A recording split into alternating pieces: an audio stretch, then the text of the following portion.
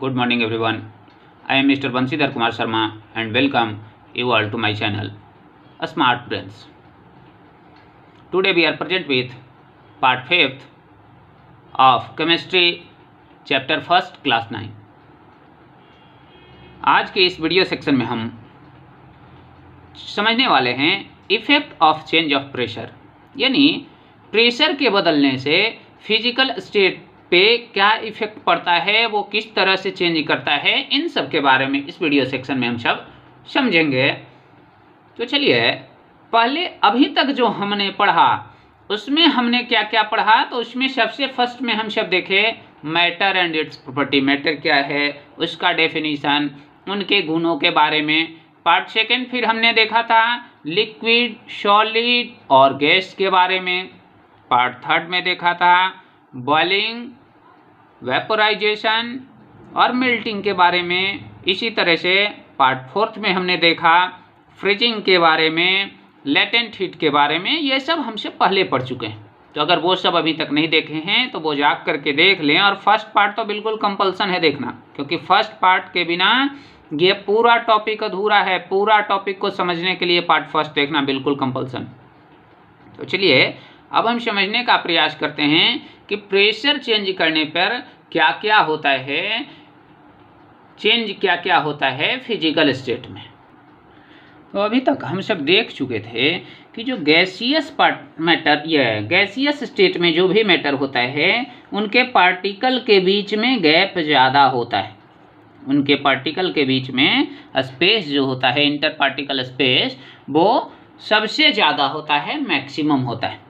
अब जैसे ही हम इसे प्रेस करने का प्रयास करेंगे, किसी बर्तन में रख करके ऊपर से हाइड्रोलिक प्रेस जैसे ही देंगे, तो इनका पार्टिकल आपस में चिपकने लगेगा, एक दूसरे के पास आने लगे। एक दूसरे के पास आने का मतलब इनके बीच जो गैप है वो गैप कम होने लगेगा। और जैसे ही इनके बीच गैप कम जाएगा तो ये लिक्विड में कन्वर्ट हो जाएगा। और ज़्यादा अगर हम प्रेशर दे दिए तो यह जो है फाइनली सॉलिड में कन्वर्ट हो जाएगा। लेकिन इस कन्वर्जन के दरमियान जैसे ही आप इसे प्रेस कर रहे हैं, इनके पार्टिकल के बीच में काइनेटिक एनर्जी होता है, वो इधर उधर कंपन कर रहा होता है। जब वो कंपन कर रहा होता है और ऊपर से आप दबा रहे हैं, या मूवमेंट में भी है, तो इसका काइनेटिक एनर्जी बाहर रिलीज होगा। उस वजह से यह बर्तन को गर्म कर देता है।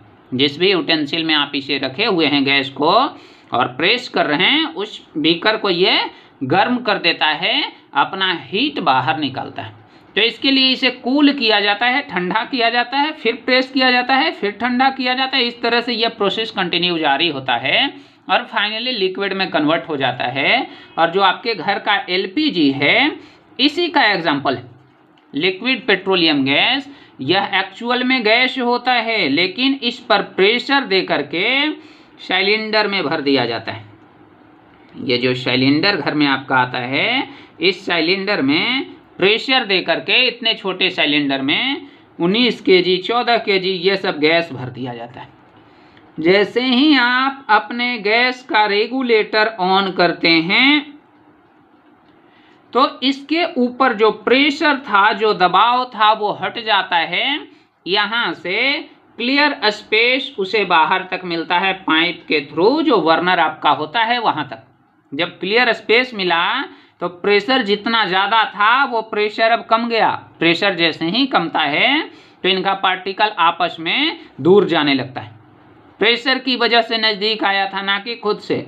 जैसे ही प्रेशर यहाँ से हटा तो पार्टिकल दूर जाने लगता है, और जो इससे निकलता है वो गैस के रूप में निकलता है। और उसी का यूज हम लोग खाना बनाने में करते हैं। खाना उसी के थ्रू हम सब पकाते हैं। यह जो गैस निकलता है इससे, तो देखने में बाहर लगता है वो गैस, लेकिन एक्चुअल में वो क्या है, लिक्विड है। तो लिक्विड वो कैसे बना भाई, तो कंप्रेस करने के बाद, प्रेशर देने के बाद। इसी तरह से कार्बन डाइऑक्साइड गैस का नाम आपने सुना होगा। जो कार्बन डाइऑक्साइड गैस हम लोग रिलीज करते हैं, लेकिन रिलीज करने में प्योर कार्बन डाइऑक्साइड नहीं होता है, उसमें कुछ और भी मिला होता है। लेकिन जो प्योर कार्बन डाइऑक्साइड है वो गैस के फॉर्म में होता है, उसके ऊपर प्रेशर दे करके सॉलिड बना दिया जाता है। इसके ऊपर गैस जो होता है कार्बन डाइऑक्साइड, उसके ऊपर प्रेशर दे करके इसे कूल करते हुए इसे सॉलिड में कन्वर्ट कर दिया जाता है। इसी सॉलिड को, कार्बन डाइऑक्साइड का जो सॉलिड फॉर्म होता है, इसे हम सब ड्राई आइस कहते हैं। यह नॉर्मल आइस से ज़्यादा कूल होता है, इसका कैपेसिटी नॉर्मल आइस से ज़्यादा कूल करने का होता है। और इसका यूज जो है नाटक वगैरह में या कहीं पे जो दिखाना होता है कि यह स्वर्ग है, या धरती पे जो देखते हैं कि गैस टाइप का ऊपर की ओर जाते रहता है, वो इसी ड्राई आइस के कारण होता है। ड्राई आइस लगा करके आपको धरती नीचे नहीं दिखेगा कि क्या है। बिल्कुल शादी वगैरह में भी अब उसका यूज होता है, वो जयमाला वगैरह में स्टेज पे नीचे से गैस क्रिएट करने के लिए पूरा आपको उजला उजला धुआं टाइप का दिखेगा। तो इसी ड्राई आइस के बदौलत वो जो है वहाँ रिलीज किया। जैसे ही ड्राई आइस को बाहर रखेंगे, इसके ऊपर का प्रेशर हट जाता है और ये गैस में बनने लगता है। तो प्रेशर से जो है हम फिजिकल स्टेट को चेंज कर सकते हैं किसी भी मैटर के। अब ये डिपेंड करता है कि कौन मैटर है, उस पर कितना प्रेशर देना होगा, और उतना प्रेशर हम देने में समर्थ हैं या नहीं वो दूसरी बात है। लेकिन प्रेशर के द्वारा जितना भी सब्सटेंस है उसके फिजिकल स्टेट को चेंज किया जाता है। इसी में प्रेशर के द्वारा एक यह इवेपोरेशन इसी में आने वाला एक टर्म है। ये जो है effect of change of pressure के द्वारा। तो ये इवेपोरेशन क्या है, इसके बारे में डेफिनेशन कहता है the process of changing a liquid into vapor. The process of changing a liquid into vapor or gas even below its boiling point. Liquid to gas conversion आप जो है वेपोराइजेशन में भी देख चुके हैं। Vaporisation means conversion of a liquid to gas on heating. Liquid को gas में कन्वर्ट करने का मेथड गर्म करके उसी को वेपोराइजेशन कहा जाता है। लेकिन इवेपोरेशन में कहता है even reaching it's boiling point. Boiling point पे बिना पहुंचे भी गैस में बनने का प्रोसेस जो है वो कहलाता है इवेपोरेशन। वेपोराइजेशन में बॉइलिंग पॉइंट पे बिना पहुंचे गैस में कन्वर्ट नहीं होगा, लेकिन इवेपोरेशन में बॉइलिंग पॉइंट पे बिना पहुंचे भी गैस में कन्वर्ट हो जाता है। तो ये दोनों में बेसिक डिफरेंस है वेपोराइजेशन और इवेपोरेशन में। अब चलिए समझते हैं कि तो ऐसा क्यों हो जाता है। जैसे वाटर का था, वाटर जब तक 100 डिग्री सेल्सियस तक नहीं पहुंचेगा वेपोराइजेशन में, तब तक ये जो है वेपर में कन्वर्ट नहीं होता था। लेकिन इवेपोरेशन में जैसे आप छत पर कपड़ा रखते हैं धूप में सुखाने के लिए, तो वो 100 डिग्री तक नहीं पहुंचता है, आपका कपड़ा इतना गर्म नहीं होता है, लेकिन फिर भी आपका कपड़ा सूख जाता है। जो आपके कपड़ा में जो वाटर रहता है वो वेपर के रूप में बदल के उड़ जाता है। तो ऐसा क्यों हो जाता है, चलिए उसे देखते हैं। लार्ज एरिया, जैसे ये बड़ा सा बीकर, ये बीकर में अगर वाटर रखा हुआ है, पानी पहले से ऐसे रखा हुआ बहुत सारा, तो ये जैसे ही सनलाइट आएगा तो सनलाइट नीचे तो नहीं मिलेगा। आप हीट देते थे तो नीचे मिलता था, हीट देते थे तो नीचे पेंदी में आप देते थे, जबकि उड़ सकता है सब्सटेंस तो ऊपर से, नीचे से तो उड़ नहीं सकता है। तो ये क्या करता था कि यहाँ हीट लिया, ये बगल वाले को दिया, ये बगल वाले को दिया, और इस तरह से ये उड़ना स्टार्ट करता था। नीचे वाला को बॉइलिंग पॉइंट मिल ही नहीं पाता था, ऊपर वाला को जल्दी से मिल जाता। लेकिन जैसे ही इवेपोरेशन होता है, यानी सनलाइट से ये जनरली होता है, ऊपर से इसमें लाइट दिया जाता है, दोनों में डिफरेंस है। वेपोराइजेशन में नीचे से गर्म किया जाता है, लेकिन इवेपोरेशन में ऊपर से गर्म किया जाता है। तो जैसे ही ऊपर आप गर्म किए तो ये सब पार्टिकल अपना जो है बॉइलिंग पॉइंट गेन कर लिया। ऊपर ये पानी था तो 100 डिग्री सेल्सियस ऊपर पहुंच गया, नीचे ये देता तब तक ऊपर वाला सब्सटेंस गैस बन गया, और गैस बन के ऊपर उड़ गया, नीचे वाला को टेम्परेचर नहीं मिला।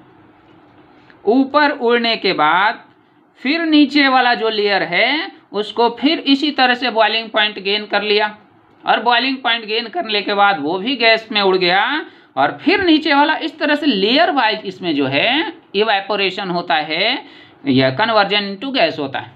लेकिन वेपोराइजेशन में ऊपर से होता है लेकिन नीचे से टेम्परेचर दिया जाता है। तो ये था वेपोराइजेशन और इवेपोरेशन में डिफरेंस। अब हैं कुछ टर्म्स जो अफेक्ट करते हैं वेपोराइजेशन को, फैक्टर्स अफेक्टिंग इवेपोरेशन को। वेपोराइजेशन हम सब पार्ट 3 में पढ़ चुके हैं। Factors affecting evaporation, factors affecting evaporation, ये क्या क्या इफेक्ट करता है? तो मेनली 4 फैक्टर्स हैं जो इवेपोरेशन को अफेक्ट करते हैं। First temperature, second wind speed, third humidity और फोर्थ सरफेस एरिया। अब चलिए एक एक को समझते हैं कि ये कैसे अफेक्ट करते हैं। तो टेम्परेचर, अगर ज़्यादा गर्मी है तो आपका क्लॉथ जल्दी से सूख जाता है।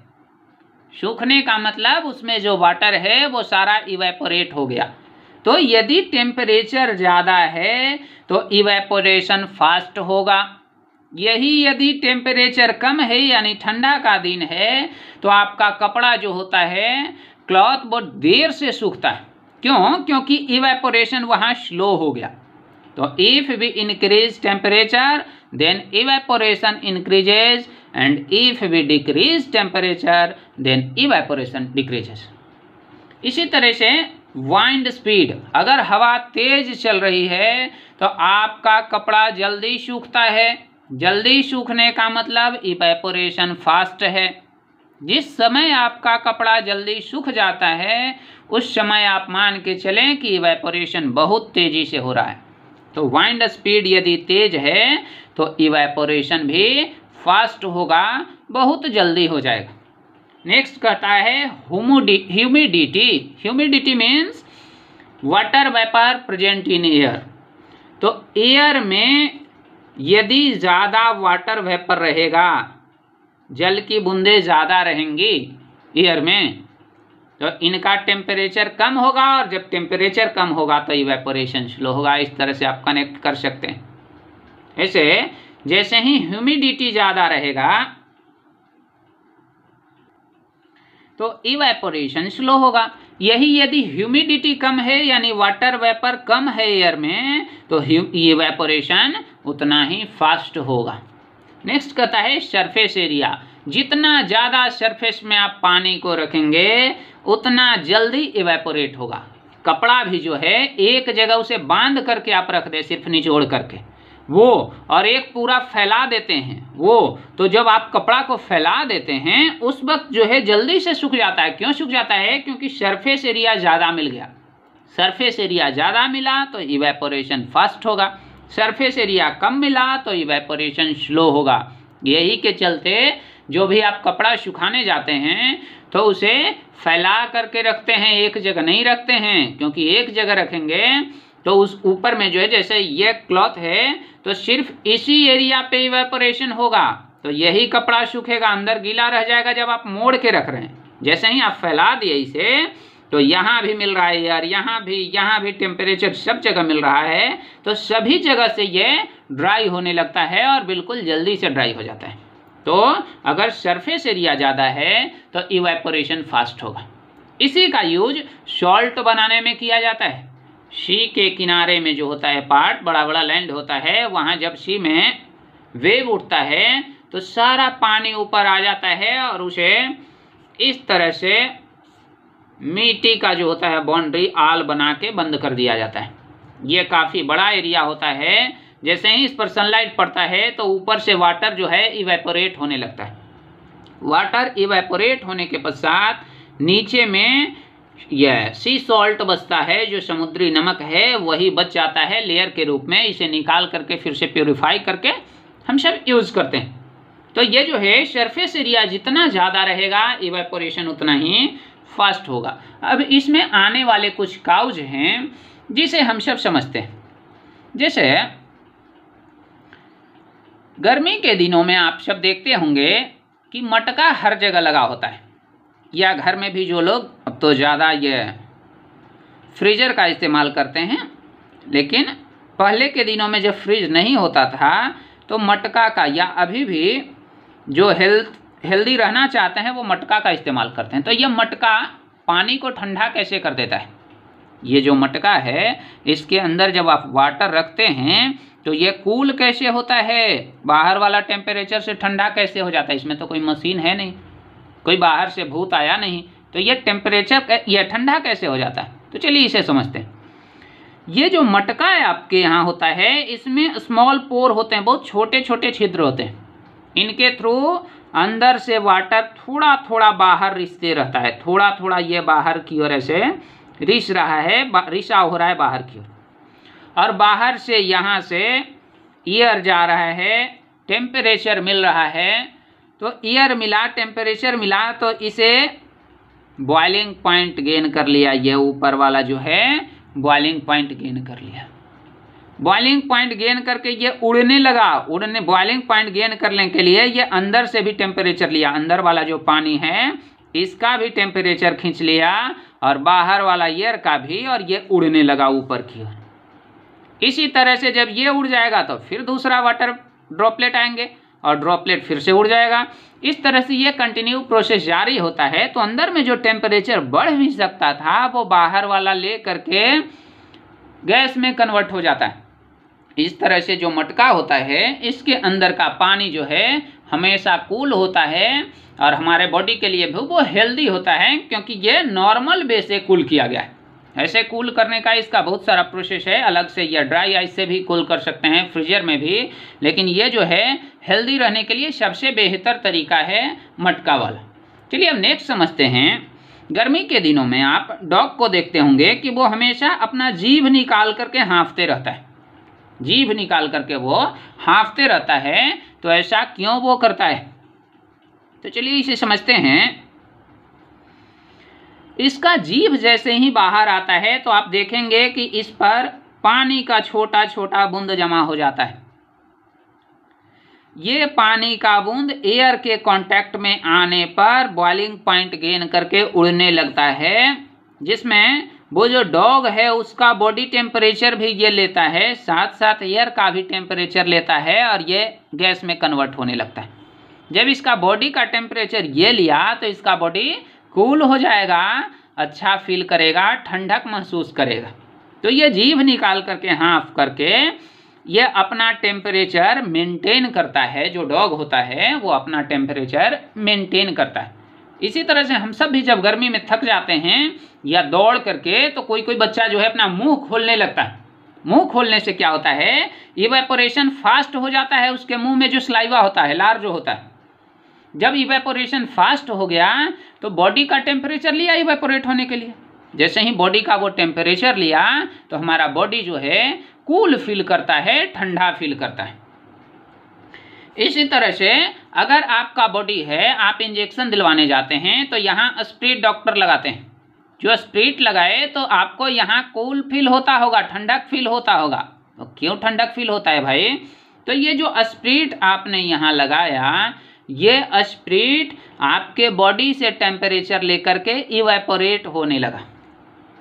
जब बॉडी से टेम्परेचर ये ले लिया तो बॉडी का टेम्परेचर मेरा घट गया, और घट गया यानी हम कूल फील करेंगे। अब कुछ और काउज समझते हैं कि जो फैन है हमारे घर में, फैन चलता है तो हमें ठंडक महसूस होता है। पंखा चलने के बाद हम अच्छा फील करते हैं।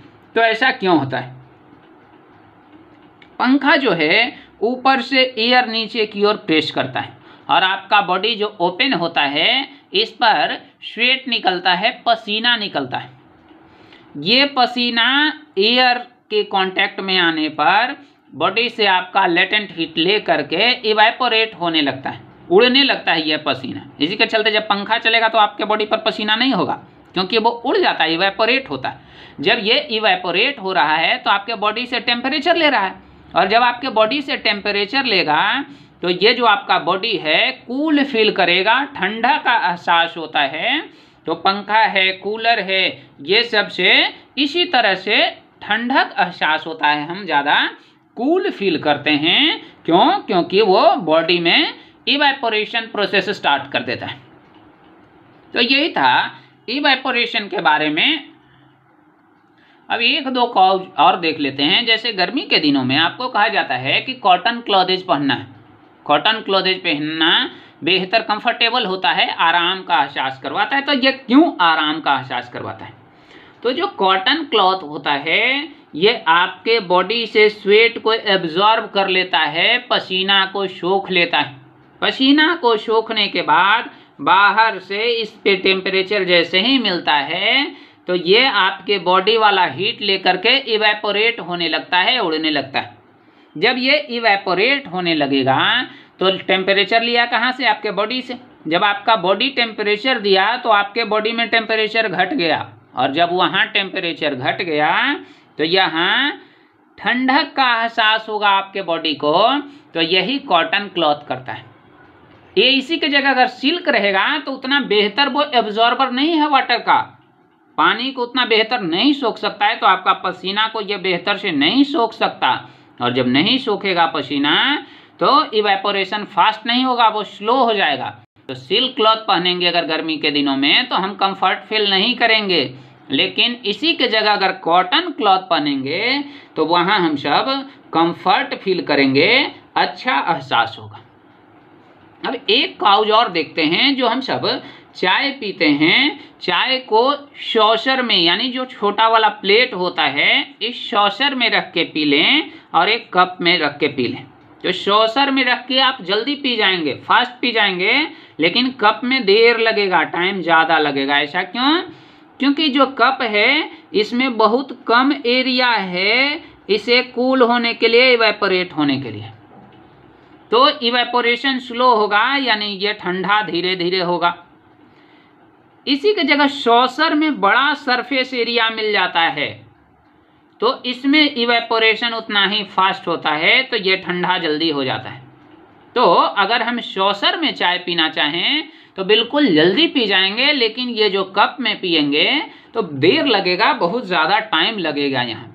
तो यही सब कुछ काउज थे। अब हमें लगता है कि आप पूरी बेहतर तरीक़ा से इवेपोरेशन को, इवेपोरेशन वेपोराइजेशन में डिफरेंस को ये सब समझ गए होंगे। अब एक पार्ट इस वीडियो को और रहेगा जिसमें हम सब प्लाज्मा, बोस-आइंस्टीन कंडेंसेट और 2-4 टर्म जो और इसमें स्लिप हो गया है वो सारा लेकर के इसे लास्ट कर देंगे। तो अगर वीडियो आपको बेहतर लग रहा है तो इसे लाइक ज़रूर कर दें और चैनल को सब्सक्राइब कर लें, क्योंकि इसी तरह का अपडेट कंटिन्यूअसली हम अपने वीडियो पे देते रहेंगे। शेष देखने के लिए धन्यवाद।